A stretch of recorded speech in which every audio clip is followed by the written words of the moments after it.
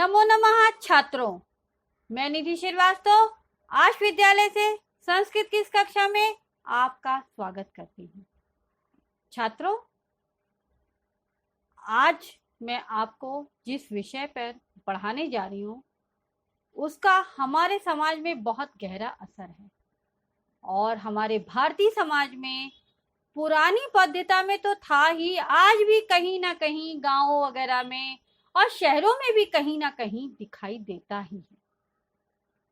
छात्रों, आज लड़की का जीवन कठिन होता जा रहा है, वो भी दहेज के कारण। तो छात्रों, आज मैं जिस अध्याय का अध्ययन कराऊंगी उसमें दहेज प्रथा के विषय में बताया गया है कि दहेज प्रथा एक अभिशाप है, वरदान नहीं है। दहेज लेना और देना दोनों ही बुरा है।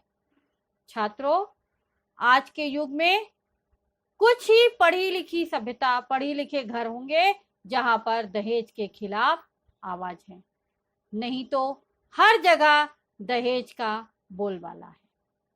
दहेज के कारण कितनी लड़कियां हमारे भारतीय समाज में जलाई गईं, सुसाइड करी गईं, बहुत सारे कांड नए नए तरीके। तो यहाँ पर भी दहेज प्रथा के ऊपर ही प्रोफेसर राधा वल्लभ त्रिपाठी जी ने बहुत अच्छी कहानी दी है हमारे सामने।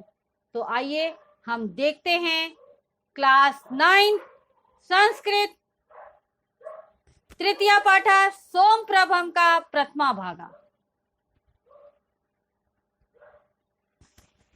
प्रस्तुत पाठ में छात्रों पाठ परिचय, गद्यांश का हिंदी भाषा में अर्थ, शब्दार्थ, संधि विच्छेद, व्याकरण और प्रश्नोत्तर पर हमने आपको प्रकाश डाला।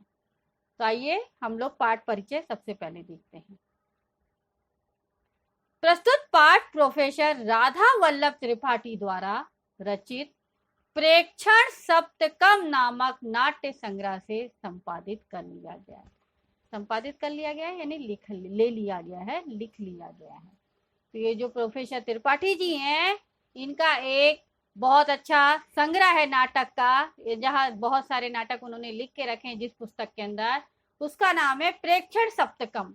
और उस नाटक संग्रह से ये नाटक को लिया गया है। ये एक तरीके से नाटक के रूप में आपके सामने पाठ प्रस्तुत है। आप इसका नाटक खेल सकते हैं अपने समाज में भी और लोगों की आंखें खोलने के लिए, और आप अपने क्लास में भी। आगे देखिए छात्रों, यहाँ दहेज प्रथा के निंदनीय रूप का उल्लेख किया गया है। निंदनीय रूप यानी बुरा रूप का, उसके बारे में ही यहाँ पर चर्चा की गई है। अपनी माता की रक्षा के लिए बालिका सोमप्रभा द्वारा किया गया प्रयास विशेष रूप से उल्लेखनीय है। और यहाँ पर यह बताया गया है कि जिस माँ को दहेज के लिए जलाने के लिए उसके घर वाले लेके जा रहे हैं, उसके ससुराल वाले, घर वाले अर्थात ससुराल वाले, तो उस माँ की जो पुत्री है उसने बहुत अच्छा प्रयास किया है छात्रों। उस प्रयास के द्वारा उसने अपनी माँ को बचाया है दहेज से, दहेज के लालचियों से। तो उसका यहाँ पर बहुत सुंदर चित्रण किया गया है, उसका वर्णन किया गया है। तो छात्रों, आइए हम इस नाटक का प्रथम भाग आपके सामने देखते हैं।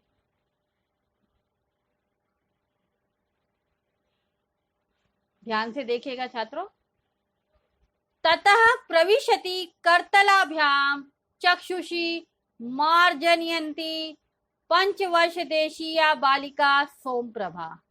ततः यानी उसके बाद, प्रविशति यानी प्रवेश करती है, करतलाभ्याम यानी आंखों, करतल यानी हथेलियां, हाथों की ये जो करतल होता है, इसको तालियां जहां बजाते हैं उसको कहते हैं करतल। तो हथेलियां, गदेलियां, बहुत लोग गदेली भी बोलते हैं।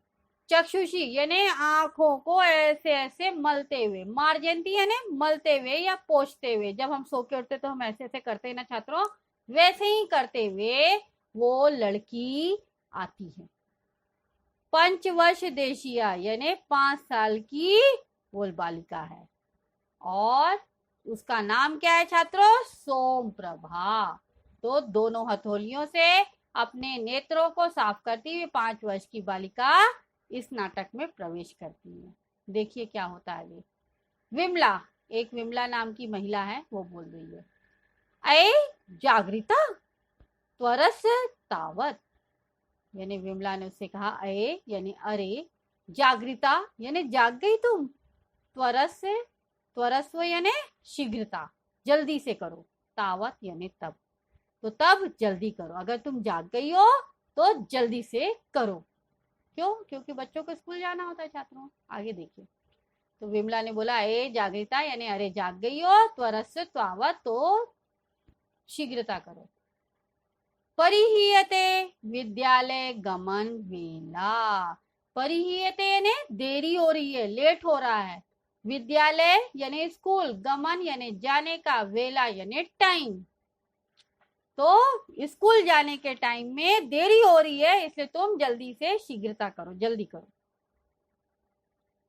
अब सोम प्रभा जो बेटी है वो क्या जवाब दे रही है? सोम प्रभा बोल रही है, अम्ब यानी माँ, अद्य न गमिष्यामि विद्यालयम, अद्य यानी आज, टुडे, ना यानी नहीं, गमिष्यामि यानी जाऊंगी, विद्यालयम यानी विद्यालय, तो माँ आज मैं विद्यालय नहीं जाऊंगी। तब पुराने समय में महिला लोग क्या करती थी? अपने बच्चों को मारती दबड़ती थी। आजकल तो बहुत पढ़े लिखे सभ्य समाज है जो अपने बच्चों को नहीं मारते हैं। तो उसने देखिए क्या किया आगे। विमला बोली, यानी वो महिला माँ जो है, हस्तेन सोम प्रभाम गृहीत्वा, हस्तेन यानी हाथ से, सोम प्रभाम यानी सोम प्रभा को, उस बालिका को, गृहीत्वा यानी पकड़ कर, यानी हिलाते हैं ना जैसे बच्चों को पकड़ के, वैसे, अये किम एतत्, अये यानी अरे, किम यानी क्या, एतत् यानी यह, कथयसी यानी कह रही हो, तो अरे ये क्या कह रही हो, विद्यालयस्तु गंतव्यम ए प्रतिदिनम, यानी विद्यालयस्तु यानी विद्यालय तो, गंतव्यम यानी जाना चाहिए, एव यानी ही, प्रतिदिनम यानी रोज, तो विद्यालय तो छात्रों रोज ही जाना चाहिए। अब सोम प्रभाया प्रस्थानम, यानी सोम प्रभा प्रस्थान कर जाती है, चली जाती है। नाउ नेक्स्ट, श्वश्रु, श्वश्रु यानी सास, विमले अयि दुष्टे कुत्र मित्रासी कीतः कालात शब्दाप्यामी, यानी उसकी सास जो है विमला की, वो क्या कह रही है? अयि दुष्टे यानी अरि दुष्टा, कुत्र मित्रासी यानी कहाँ मर गई हो, कीतः कालात शब्दाप्यामी, कीता यानी कितने, कालात यानी समय से, शब्दाप्यामी यानी आवाज दे रही हूँ, तो मैं कितने समय से आवाज दे रही हूँ, यानी लंबे समय से दे रही हूँ। तो विमला डर गई क्योंकि उसकी सास की आवाज है। पहले की महिलाएं अपनी सास ससुर से बहुत डरती थी, तो वैसे ही यहाँ पर है, विमला डर गई। सा करुणम निशम्य, यानी वो साकरुणम यानी करुणा से, निशम्य यानी सुनकर, यानी बहुत डर गई और करुणा से सुनती है। यम मम श्वश्रु सदैव मर्मघाती भी,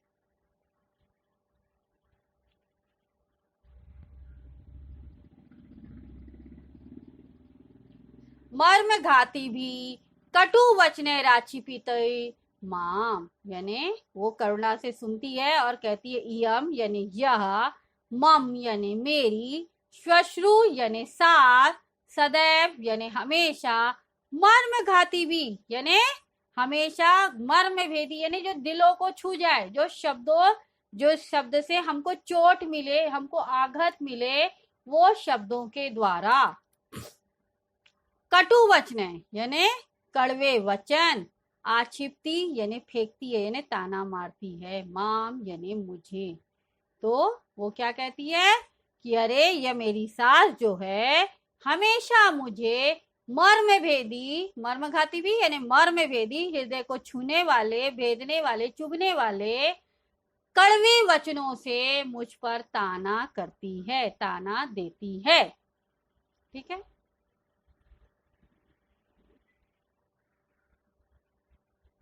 उच्च स्वरेण यानी जोर से, ऊंची आवाज में, अम्ब, अम्ब यानी माँ, यम आगच्छामि यानी यह मैं आई या मैं आ गई।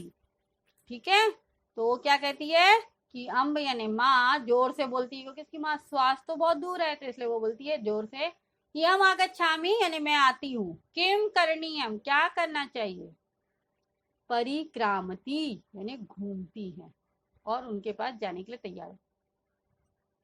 तथा प्रविशति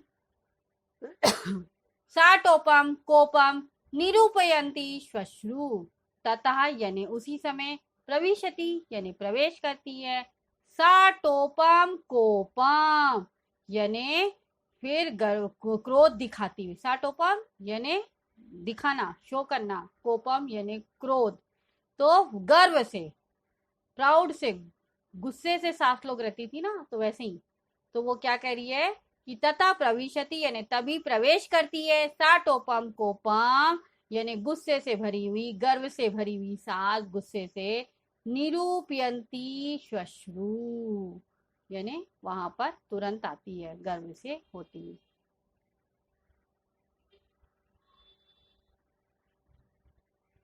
आइए छात्रों, अभी इस गद्यांश का हम आपको शाब्दिक अर्थ बता देते हैं।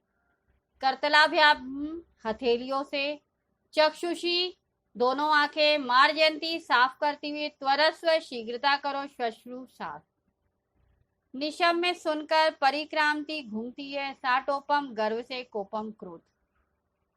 भाषिका कार्यम, यहाँ पर देखिए छात्रों, भाषिक कार्यम, तथा प्रविशति कर्तलाभ्याम चक्षुषी मार्जयंती यानी दोनों आंखों को मारती है, तो यहाँ पर विशेषण विशेष है। पंचवर्ष देशीय बालिका सोमप्रभा, ये भी विशेषण विशेष है। विमला अय जागृता त्वरस तावत परिहिते विद्यालय गमन, यहाँ पर परिहिते विद्यालय गमन वेला में भी विशेषण विशेष है। सोमप्रभा अम्ब अद्य न गमिष्यामि विद्यालयम, यहाँ पर भी विशेषण विशेष है। विमला हस्तेन सोम प्रभाम गृहीत्वा अहे किम एतत् में संधि हो रही है, किम प्लस एतत् कथ्यसी, तो अये कर्तृपद है, उसका क्रियापद कथ्यसी है। विद्यालयस्तु गंतव्यम, विद्यालय तो जाना चाहिए, यहाँ पर भी ये विशेषण विशेष है, ए प्रतिदिनम। सोम प्रभाया प्रस्थानम शशु विमले अयि दुष्ट कृत मित्रासी कियता काला शब्दापयामी, विमला सकुर्णम निशम में इयम मम शशु सदैव मर्म घाती भी कटु वचने, यहाँ पर भी विशेषण विशेष हो रहा है। उच्चै स्वर्णम में इयम आगच्छामी किम करणीयम परिक्रामति, करणीयम भी आपका प्रत्यय है। तथा प्रविशति साटोपम कोपम निरूपयंती शश्रु, शश्रु यहाँ पर क्या है, कर्तृपद है और प्रविशति क्रियापद है। नौ छात्रों, आपको पूरा गद्यांश मैंने समझा दिया है, अभी उसके ऊपर प्रश्न उत्तर आधारित। प्रश्नोत्तरणी पहला है, एक पदेन उत्तरत, कह प्रविशति चक्षुषी मार्जयंती यानी आंखों को मलते हुए या आंखों को पोंछते हुए कौन प्रवेश करता है, Somprabha. Now second one, Somprabha कुत्र गमिष्यति यानी सोमप्रभा कहाँ जाने के लिए तैयार होती है, तो आंसर है विद्यालय।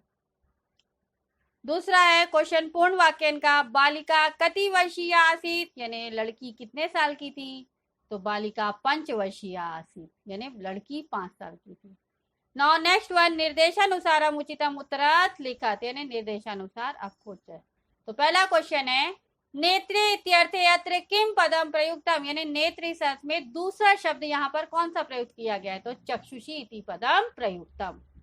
नाउ सेकंड वन है, इयम आगच्छामि अत्र इयम इति सर्वनाम पदम कस्यै प्रयुक्तम, तो इयम आगच्छामि में इयम पद जो है, शब्द है, वो सर्वनाम है, वो किसके लिए प्रयोग किया गया है, तो विमला के लिए, तो विमला इति पदम प्रयुक्तम। तो छात्रों, ये गद्यांश यहाँ पर समाप्त होता है और आपको ये गद्यांश अच्छी तरह से समझ में आ गया होगा। अगर आपको कोई डाउट है तो आप आश विद्यालय के ऐप्स को लाइक करके डाउट अपना पूछ सकते हैं, मैं आपका जल्द से जल्द जवाब दूंगी। तब तक के लिए धन्यवाद। नमो नमः छात्रों।